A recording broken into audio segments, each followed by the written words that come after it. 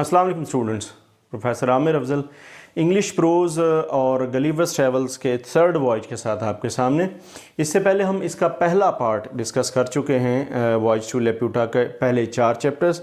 आज हम डिस्कस करने जा रहे हैं इसके 5th to 9th चैप्टर्स। इससे पहले हम ये पढ़ चुके हैं कि गलीवर जब पहुंचता है एट लेप्यूटा तो उसे एक स्ट्रेंज मखलूक मिलती है और वो उनके साइंस और म्यूज़िक में उनकी बहुत ज़्यादा इंटरेस्ट होती है, ख़ास तौर पर मैथमेटिक्स में और ज्योमेट्रिकल शेप्स में। और ज़्यादातर वो वहाँ पर एक एकेडमी ऑफ प्रोजेक्टर्स है और जहाँ पे वो एक बड़े यूज़लेस किस्म के प्रोजेक्ट्स पे इन्वॉल्व हैं और वो लोग काम कर रहे हैं, मेंटली बहुत बिजी होते हैं। आज हम ये देखते हैं कि वो जो एकेडमी ऑफ प्रोजेक्टर्स है वहाँ पे वो किस किस्म के प्रोजेक्ट्स पे काम कर रहे हैं। मैंने लास्ट टाइम आखिरी जो पॉइंट ये बताया था कि जो ये लोग प्रोजेक्ट्स कर रहे हैं वो ऐसे प्रोजेक्ट्स हैं कि जिनकी कोई ऐसी कोई फाउंडेशन नहीं है, कोई उनकी कोई लॉजिक नहीं है और जिसे हम कहते हैं इलॉजिकल एंड इम्प्रैक्टिकेबल जो प्रोजेक्ट्स हैं। ह्यूमन वेस्ट को, एक्सक्रीमेंट को प्रॉपर बाकायदा खुराक की शक्ल देना ऑलमोस्ट इम्पॉसिबल, एक आप कह लें इलॉजिकल सी बात। क्यूकम्बर से सनबीम्स एक्सट्रैक्ट कर किए जा रही हैं। बिल्डिंग, अच्छा एक साहब ऐसे हैं वहाँ पे एक आप कह लें कि एक उनकी इंजीनियर कह लें कि जो बिल्डिंग बनाने का तरीका बता रहे हैं। और बिल्डिंग का कैसे बनाई जाएगी जी, पहले छत बनाई जाएगी, उसके बाद नीचे वाला हिस्सा जो है वो बनाया जाएगा। अब छत वो कैसे बनाई जाएगी ये अब एक अलग बहस है यहाँ पे जो इन्होंने बताया। Blind man was mixing colours for painters. एक ब्लाइंड आदमी वो मिक्स कर रहा है कलर्स। एक एब्सर्ड, एक आप कह लें एब्सर्ड सी बात, एक ना समझ में आने वाली बात। सिल्क जो है वो कलेक्ट की जा रही है। बहुत सारे उन्होंने मकड़ी के जाले, कॉबवेब्स बनाए हुए हैं और वहाँ से वो सिल्क कलेक्ट करने जा रहे हैं। अगेन ना समझ में आने वाली बात। एक फिजिशियन है वो एक अजीबोगरीब तरीके से सर्जरी करने जा रहा है कि आइवरी की उसने एक नोज़ल सी बनाई है, उसके साथ वो सर्जरी करने जा रहा है और उसका वो तजर्बा करता है एक डॉग के ऊपर जो कि कामयाब नहीं होता। इसी तरह हवा को और एयर और उसके अंदर गैसेस को कंडेंस करके तो ये लोग एक टेंजिबल एक बॉडी बनाने की कोशिश कर रहे हैं, उसको सॉलिड फॉर्म में चेंज करने की कोशिश कर रहे हैं जो कि ऑलमोस्ट इम्पॉसिबल है। लैंग्वेज को अजीबोगरीब तरीके से इन्होंने बुक्स लिखने का तरीका देखें, वेफर्स की शक्ल में ये लोग बुक्स बनाने जा रहे हैं।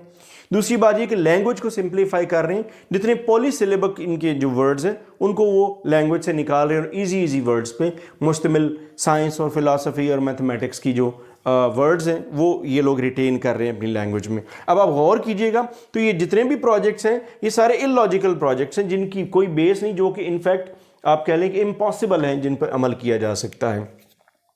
मेडिसिन बनाई जा रही है। अच्छा ये बड़ी कमाल मेडिसिन है जो कि शायद मेरा ख्याल है ये एक वाहिद ऐसा काम है जो दुनिया के तमाम लोगों को मिलना चाहिए कि मेडिसिन एक ऐसी बनाई जा रही है कि जो किंग्स की मेमोरी है, जो रूलर्स की मेमोरी है, उनके लिए बनाई जाए ताकि जो वो वादे कर लें तो वो भूलें नहीं, जो कि अल्लाह करे ये सबको मिल जाए और जो किंग्स हैं और रूलर्स जो हैं वो अपनी वादे जो है वो पूरे कर सकें। सेल्फ असेसमेंट टैक्सेस का बड़ा अजीब गरीब निज़ाम है कि कोई बंदा जो एक उस जो एम्पायर है उसमें मौजूद जो लोग हैं वो जितनी ज़्यादा गलतियां करेंगे, जितने ज़्यादा गुनाह करेंगे, जितने ज़्यादा वो फॉलीज कमिट करेंगे उतना ज़्यादा उनके ऊपर टैक्स लगाया जाएगा। फिर एक सेल्फ असेसमेंट टैक्स है और एक इसी तरह के आप अपने बारे में अपनी राय, अपनी ओपिनियन के बारे में खुद टैक्स देंगे। फिर एक सिन्फ़े, अच्छा दोनों जेंडर में जो एक जेंडर है वो देखेगी कि उसकी कितनी ज़्यादा अपील है, जो अपोजिट जेंडर में जितनी ज़्यादा अट्रैक्शन है उस हिसाब से उसके ऊपर टैक्स लगाएगा। अगर कोई औरत बहुत खूबसूरत है और मेल्स की तरफ उसकी बहुत ज़्यादा आप कह लें कि लाइकिंग पाई जाती है, उससे उसी हिसाब से टैक्स लिया जाएगा, इसी तरह मेल के ऊपर। तो ये एक टैक्सेशन का एक इलॉजिकल सा, इल फाउंडेड सा निज़ाम है। और इससे पहले मैंने आपको ये चंद एक यूज़लेस किस्म के प्रोजेक्ट्स बताए। एक इन्वेस्टिगेशन जारी है जी, कुछ ऐसे एक प्रोफेसर साहब कर रहे हैं जो ये प्रूव कर रहे हैं कि जो बादशाह हैं और जो किंग्स होते हैं उनके ख़िलाफ़ जो कॉन्स्पिरेसीज होती हैं, जो प्लॉट्स होते हैं, उनको हम कैसे प्रूव करेंगे, उन तक कैसे पहुँचेंगे। ये एक सटायर भी है उन लोगों पे जो कि इंग्लैंड में रहते हैं। अगला पॉइंट इसी से रिलेटेड है कि जब गलीवर उनको अपने ब्रिटेन के बारे में बताता है कि हम लोग एक दूसरे पर इल्ज़ाम लगाते हैं, एक दूसरे के बारे में हम साजिशें करते हैं, हम झूठ बोलते हैं और हमारे यहाँ अदालती निज़ाम इस तरह का है और हम सज़ाएँ किस तरह से देते हैं, तो ये अच्छा खासा इस पॉइंट में ये सेटराइज़ भी किया गया है ब्रिटेन को।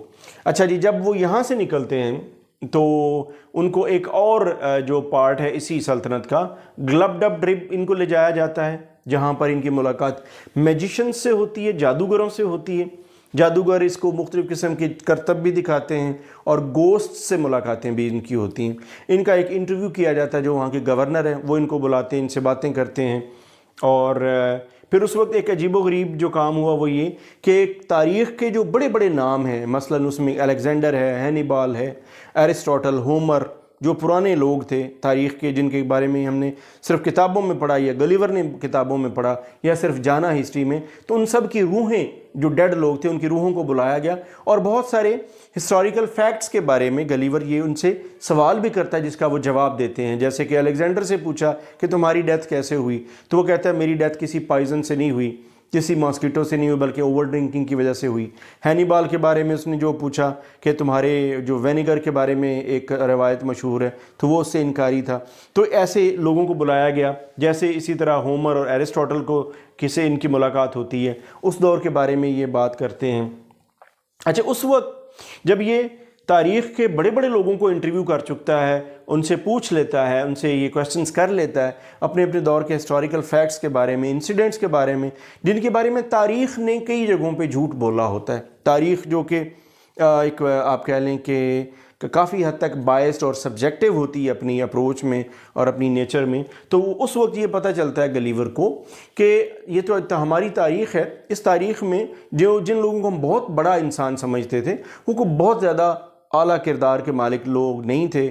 کانسپریسیز ہیں، پروسٹیٹیوٹس کا استعمال ہوا ہے، ڈرنکنگ ہوتی تھی، اور سازشوں کے ذریعے ایک دوسرے کو گرایا جاتا تھا، رشتوں کا کوئی احترام نہیں تھا۔ تو یہ گلیور کو ان سارے یہ جو ڈیڈ سے ملتا ہے، ان کے گوسٹ سے ملتا ہے، ان کو بلاتا ہے، ان سے ہسٹوریکل فیکٹس پوچھتا ہے، تو وہاں سے اس کو یہ پتہ چلتا ہے۔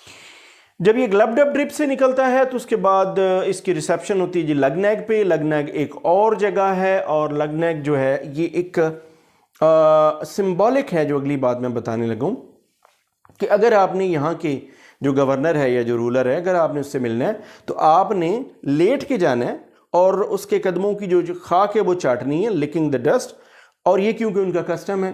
اب یہ ایک آپ کہہ لیں کہ ایک کروئلٹی کی انتہا ہے، اور ایک آپ کہہ لیں کہ ایک ہیوملیشن کی انتہا ہے کسی انسان کے لیے، کہ اس کو اس طرح سے کسی اپنے جو سپیریئر ہے، جو اتھارٹی اس کے سامنے پیش کیا جائے۔ لیکن بہرحال یہ کسٹم تھا اور وہ بھی اس نے پیش کیا کہ اس کو اس طرح سے، یہ ایک سیکوفینٹک قسم کا جو، اور پھر بادشاہ سلامت کے لیے اچھے الفاظ بولنا، جیسے ہمارے ہاں وہ بولا جاتا ہے کہ ذل الہی کا اقبال بلند ہو، اور long live the king, long live Britain, اور اس طرح کے جو نعرے تھے ہم نے فرینچ ریولوشن سے پہلے بھی سنے۔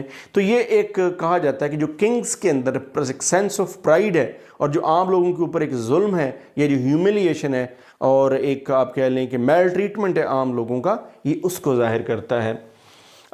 اس کے بعد ان کی ملاقات جو ایک بڑا ہی میزریبل پارٹ ہے ان کی اس سلطنت کا، وہ یہ کہ ان کی ملاقات ان لوگوں سے ہوتی ہے، یہاں پر کافی سارے لوگ تھے، یہ وہ لوگ تھے جنہوں نے زندگی میں یہ خواہش کی تھی کہ وہ مرنا نہیں چاہتے، وہ چاہتے ہیں کہ وہ ہمیشہ زندہ رہیں اور وہ اممارٹل ہو جائیں۔